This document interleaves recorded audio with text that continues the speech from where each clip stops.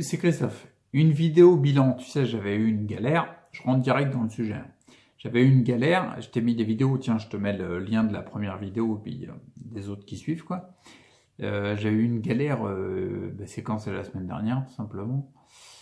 Donc du coup, je t'ai décrit le truc. Là, je te fais le bilan un peu, un petit résumé, comme ça, du coup, à la limite, t'es pas obligé de te taper les autres vidéos, tu vois, t'as juste le bilan à te taper, quoi. D'accord? Donc en gros, je t'explique, c'était le vendredi, donc pas du... Oh, c'était un vendredi, peu importe, je sais plus lequel. C'était un vendredi où j'ai commencé à avoir des paresthésies très très fortes dans la partie gauche de la tête. J'en avais déjà eu l'année dernière en 2017 au mois de juin qui était là. Et les deux paresthésies, celle-ci aussi le vendredi, elles sont liées, elles se sont déclenchées quand il y avait une réactivation de mon conflit émotionnel le plus gros, quoi, tu vois, lié à ma partenaire de l'époque, etc. Peu importe. Ce que je veux souligner, c'est l'importance de nos conflits émotionnels, tout simplement. Bref, le vendredi, j'ai eu les paresthésies, qui étaient très très fortes. Et en gros, le samedi, dimanche et le lundi, ça s'est accentué continuellement. C'est-à-dire, mais quand je dis, c'est des coups d'éclair hein, que tu as dans les oreilles. C'est-à-dire que tu peux pas tenir, tu gueules quand ça arrive, t'es surpris, et ça fait mal, putain. Donc bref, ça, des paresthésies devant l'oreille et derrière l'oreille, et puis douleur dentaire ici, tu vois. Douleur à une dent spécifique, la numéro 37, qui, ça je t'en parlerai après, mais... Donc du coup, ça a augmenté, et en gros, j'en pouvais tellement plus que le samedi, ça augmentait. Le dimanche, c'était encore plus fort, le lundi, ben, j'en pouvais plus. Donc le dimanche, j'en ai pris déjà, le samedi, j'ai pris 2 Advil pour calmer la douleur. Il faut savoir que je suis pas trop pour les Advil, enfin je suis pas trop en fait pour prendre des molécules artificielles parce que je pense qu'en faisant ça, on contrecarre le premier principe fondamental d'Hippocrate qui est primum non nocere, premièrement ne pas nuire, parce qu'à partir du moment où tu ingères des molécules artificielles, tu es nuisible vu que le corps ne les connaît pas et qu'il a des difficultés hallucinantes pour les décomposer, d'accord? Mais par contre, prendre une molécule artificielle pour arrêter par exemple une douleur comme celle-là, c'est quand c'est adapté à la situation, c'est super intelligent de le faire, tu vois ce que je veux dire?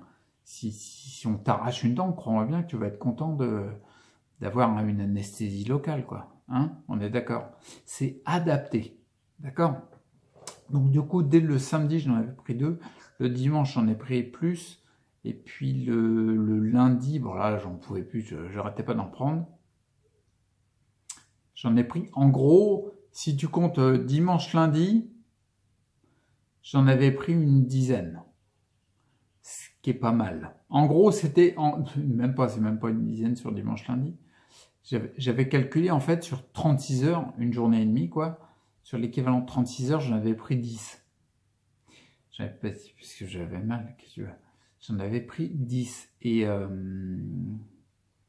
tu vas voir après, derrière, il y a eu des soucis hépatiques. Bref, j'en ai pris 10 et le lundi, j'avais téléphoné au dentiste, à mon dentiste préféré, dentiste de Vannes, et il m'a pris en urgence le mardi matin quoi, pour voir. Et résultat des courses, il m'a dévitalisé la dent.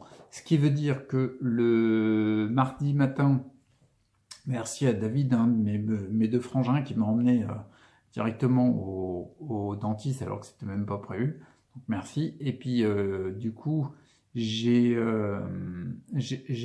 pas bien quand même, tu vois. J'étais pas bien, mais j'étais pas bien et par la douleur de la dent et les paresthésies, et également par une saturation hépatique liée à des molécules artificielles que le corps n'arrive pas à décomposer. Très mal. Du coup, le mardi matin, le dentiste, il m'a dévitalisé la dent. J'avais encore de la douleur, j'ai eu de la douleur pendant 2-3 jours, mais ça s'est estompé maintenant. Ça va, j'arrive à appuyer dessus, j'ai pas mal. Donc du coup, on est bien. Et le mardi soir, voilà, c'est ça que je voulais dire, le mardi soir, j'étais en saturation totale, parce qu'il faut savoir que l'année dernière, en 2017, je suis sorti 4 fois dans des grandes villes, tu vois. 4 fois, ouais, c'est peu, mais bon, c'est comme ça. Parce que je sais très bien que vu mon état, mes zones, là, tu me vois faire une vélo, tu dis, bah, il est en forme, ouais, mais attention, Après, derrière, au bout de 10 minutes, je vais me reposer, tu vois. Parce que je sais très bien que je suis dans des états de fatigue, ça récupère mieux. Mais c'est pas encore ça. Je suis dans des, j'ai pas, on m'a pas estampillé du club sclérose en plaques primaire progressive pour rien. Ce que je veux dire, c'est que je récupère, mais ça m'a vraiment épuisé ce voyage-là. Ça m'a épuisé par la douleur, par le conflit émotionnel à gérer, par plein de trucs. Mon fiston qui était tombé malade aussi. Et le trajet, les ondes, etc. Ça m'a vraiment fatigué. Ce qui a abouti, comme je disais, le mardi soir, j'avais le mardi fin d'après-midi, avant de manger, tu vois, j'avais pas trop faim et tout.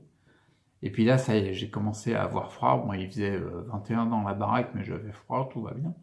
Je commençais à trembler de partout, etc. Et j'étais pas bien, quoi, j'étais pas bien. Je suis monté en fièvre. Je sais plus combien j'ai eu, mais je suis monté en fièvre. On voyait que le corps était en train de lutter contre quelque chose.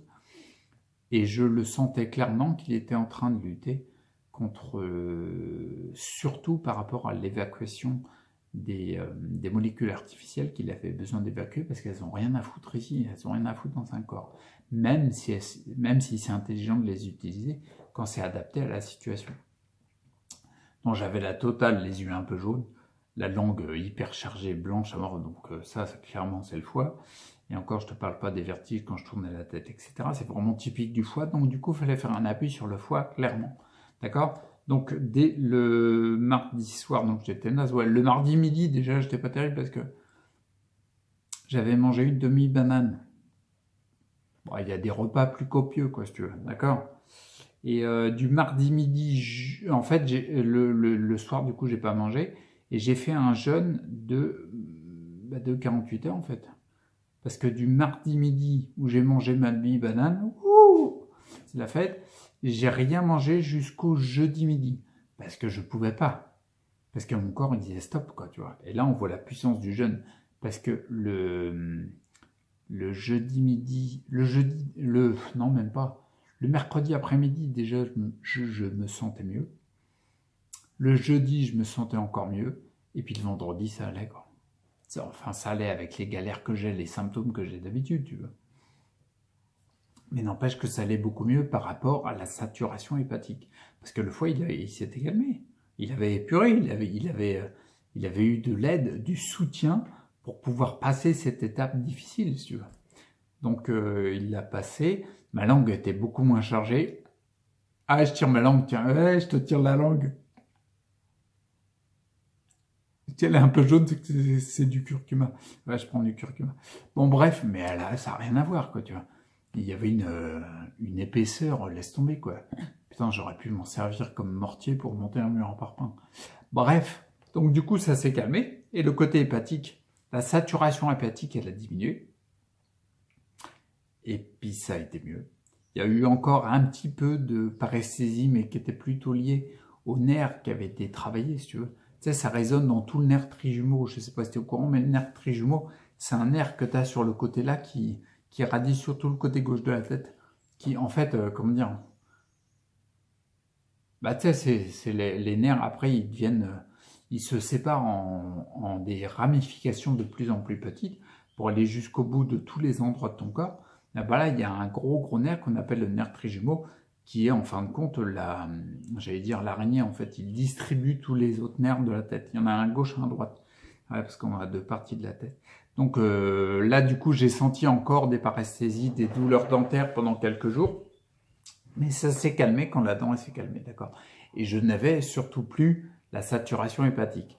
Le truc qui était cool, c'est que le vendredi, c'était amélioré. Par rapport, ouais, c'est ça que je voulais dire, en fin de compte, je vais finir là-dessus, c'était juste le résumé, puis je vais te faire un petit bilan de ce qui s'est passé, quoi. D'accord? Alors, le point intéressant qu'il y a à voir, que j'ai vu tellement de fois depuis 4 ans, plus de 4 ans maintenant, que j'étudie mon cas, que je m'intéresse à mon cas particulier pour comprendre et pour pouvoir pour pouvoir agir sur les causes. Parce que si tu agis sur les conséquences, ça ne marchera jamais. Hein. Tu ne changeras rien. tu feras étouffer les conséquences, tu n'auras plus de symptômes, mais tu ne changeras rien. Il faut suivre, c'est simple, suivre les principes fondamentaux d'Hippocrate. Le troisième principe, c'est toller causam, trouver la cause. Donc là, moi, j'ai cherché les causes depuis plus de 4 ans, je cherche les causes. Et là, en effet, quand je regarde encore une fois, j'ai eu des déclenchements symptomatiques, c'est-à-dire les paresthésies, qui sont en lien, par exemple, avec mon conflit émotionnel le plus présent chez moi, d'accord? Donc, plus je travaille sur ce conflit émotionnel, moins je suis tributaire des conséquences que cela engendre dans mon corps. Tu vois ce que je veux dire? Donc là, encore une fois, en conclusion de ce que j'ai vécu, de ce que j'ai appelé la galère, on va l'appeler la galère 2018, eh ben, encore une fois, j'ai eu un déclenchement symptomatique lié à une réactivation de mon conflit émotionnel personnel, qui est délétère pour moi, bien sûr. D'accord? J'en parlerai plus en détail quand je te mets pas je fais ça souvent pour dire le lien de la vidéo. Là, je te le mets pas parce que les vidéos sont pas encore faites. Mais je t'en parlerai plus en détail, notamment c'est plutôt la partie sur les outils santé à 4 thérapies, des outils de psychosomatique, bon, peu importe. L'autre truc qui est à conclure par rapport à cette galère-là, l'avantage de l'inconvénient, c'est qu'il y a des conclusions à en tirer, c'est que les molécules artificielles, encore une fois, ça je l'ai vu un nombre de fois incalculable, les molécules artificielles, elles sont trop bien. Sans déconner, merci d'avoir inventé les médicaments, parce qu'on serait dans la merde quand on a des états d'urgence à traiter, tu vois. Mais ça n'enlève pas le fait que les molécules artificielles, quand on regarde la physiologie, un corps, il n'arrive pas à décomposer ces molécules-là. Les métabolismes pour la décomposition de ces molécules-là, mais ils se galèrent, quoi, parce que toutes les molécules naturelles, synthétiques, c'est-à-dire copiées par l'homme, mais à l'origine existantes, elles sont traitées par le corps. D'accord? Je ne dis pas que molécule naturelle égale pas délétère et artificielle égale délétère. Non, c'est pas ce que je dis. Ce que je dis, c'est que une molécule artificielle est difficilement décomposable par l'organisme. Donc forcément, c'est pas étonnant que j'ai eu une saturation hépatique énorme. Et ma saturation hépatique, elle a engendré des symptômes hallucinants. Et si j'avais pas réglé la cause, c'est-à-dire en soutenant les organes, notamment le foie, mais pas que, notamment le foie, ça c'est plutôt le système organique, mais notamment le foie, ben, j'aurais eu du mal à évacuer tout ça, d'accord? Donc encore une fois, j'ai eu une confirmation par ma galère 2018 que j'ai eue, que les molécules artificielles, ça engendre des soucis hépatiques parce qu'il y a beaucoup de boulot et qu'il faut mettre du soutien là-dessus pour être en meilleure forme, tout simplement, quoi. Un troisième élément, un élément, mais pas des moindres, c'est que l'air de rien, par rapport à ce que j'ai eu, ma récupération elle a été beaucoup plus rapide qu'il y a quelques mois, quelques années, quoi. J'aurais jamais pu tenir ça, quoi. Tu vois ce que je veux dire? Ma récupération, elle est beaucoup plus nette. Alors, je sais que ceux qui ont suivi mon ancienne chaîne, parce que là, c'est une nouvelle chaîne, l'ancienne, elle a été supprimée, mais peu importe, ils savent d'où je viens. Tu vois ce que je veux dire? Fin 2016, octobre 2016, j'ai quand même été allongé pendant plus de 2 mois et demi dans mon lit, sans pouvoir en sortir. Tu vois ce que je veux dire? Pour me mettre dans le fauteuil, c'est simple, pendant 15 jours, je pouvais pas. Tu vois. Après, j'ai pu gentiment me mettre dans le fauteuil, mais c'était 3 minutes dans la journée, quoi. Après, je retournais direct dans le lit, tu vois. Donc, pendant 2 mois et demi, je suis resté bloqué dans le lit. Au début des 2 mois et demi, j'avais les jambes qui étaient totalement paralysées, je ne pouvais pas les bouger, tu vois. Donc, on sait d'où je viens. Et dès qu'il y avait des ondes, c'était une lutte hallucinante. J'avais les jambes qui se bloquaient encore plus fort. Donc, c'est en ça, quand je vois maintenant par rapport à cette galère 2018 que je viens de vivre, l'avantage de l'inconvénient, c'est de remarquer qu'en fait, mon corps, il résiste plus qu'avant. Bien sûr, si tu me lâches en pleine ville aujourd'hui, que tu me fais bouffer de la merde, et que tu me mets du stress, les voitures, les machins, tout ce que tu veux, j'arriverai jamais à le gérer, ça. Je vais partir en sucette, je sais pas, je tombe par terre, j'en peux plus, je peux plus. Si je commence à me relever là maintenant, le terme est bien trouvé, mais si je commence à me redresser et à récupérer plus, c'est parce que je sais que l'environnement que j'ai autour de moi, il est adapté pour l'instant, un peu comme quelqu'un qui va être par exemple en centre comment on appelle ça, mince, les cliniques où tu récupères après une opération. Bon, j'ai plus le terme. Bref, si un centre de repos, bon, j'ai plus. Bah, tu vois, l'environnement, il est adapté, tu vois. Aujourd'hui, je ne pourrais pas tenir à un environnement qu'on voit partout à l'extérieur. Ça serait impossible, d'accord. Mais l'avantage, c'est que là, je viens de noter par rapport à la galère de ménisite que ma récupération est bien meilleure qu'il y a quelques mois. Donc ça, c'est un élément très important. Et c'est clair que si je récupère mieux, c'est parce qu'il y a eu des années de travail. Alors tu vas dire, bah oui, mais l'autre, il a fait des années de travail. Et tout. Non, mais attends, de toute façon, des années de travail, au début, c'est une fois. Une fois, tu le répètes, tu le répètes, tu le répètes, ça devient des semaines, des mois, des années, tu vois. Donc tout le monde peut le faire. Et ce qu'il y a surtout, c'est que j'en parlerai dans les vidéos quand je ferai des vidéos sur les retours de Klamat et la pratique de Qigong que j'en ai. Le Klamat, il a apporté beaucoup d'énergie, mais vraiment beaucoup.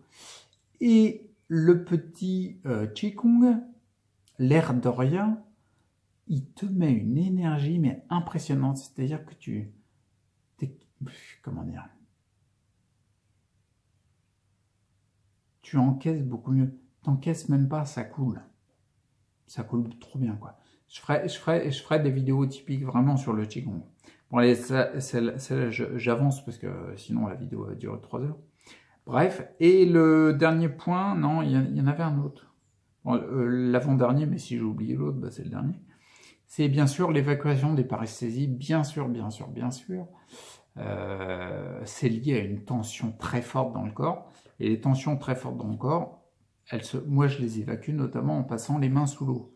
C'est une façon de faire que j'avais récupéré des conseils du docteur Jean-Pierre Masquier dans son livre Pollution électromagnétique et sclérose en plaques, qui conseillait ça et qui avait vu des avancées spécifiques dans les cas de sclérose en plaques notamment, lorsqu'il passait les mains sous l'eau et qu'il marchait les pieds dans la terre, pour ceux qui pouvaient marcher, parce qu'on évacue une certaine forme de tension à l'intérieur du corps. Et là, encore une fois, mes paresthésies, dès que je les évacue quand je passe les mains sous l'eau plus régulièrement dans la journée, et ben mes paresthésies diminuent. Donc ça, c'est très très bon. Il y avait un autre truc que je voulais dire, je ne sais plus ce que c'est. Il y avait une autre conclusion. Attends, je regarde mes notes, hein, ça ne dérange pas. Non, c'était les paresthésies, le truc. Non, il y avait un autre truc, mais je ne sais plus. Je les zappé. Bon, c'est le jeu. Allez, s'il me revient, je te le dirai un autre jour. Regarde sur une autre vidéo. Donc, bilan de la galère. Il y a eu un sacré paquet de choses à gérer pour moi. Et je les ai sacrément mieux gérées qu'avant, quoi. Ok? Bon, j'arrête là. Vidéo courte, et puis je te mets 18 minutes quand même. Et puis, je te dis à bientôt, parce que j'ai d'autres vidéos à faire. Allez, j'ai une chaîne à alimenter maintenant. Allez, une nouvelle chaîne. Bon, allez, je te dis à plus. Prends soin de toi, reste acteur. Reste acteur pour ta santé. C'est le plus important, sans déconner. Et puis à bientôt. Ciao. Ah, ça, c'est le petit truc. J'ai une sacrée tendance à louper le bouton stop. Ah, tu vas t'abuser. Allez, à plus. Ciao.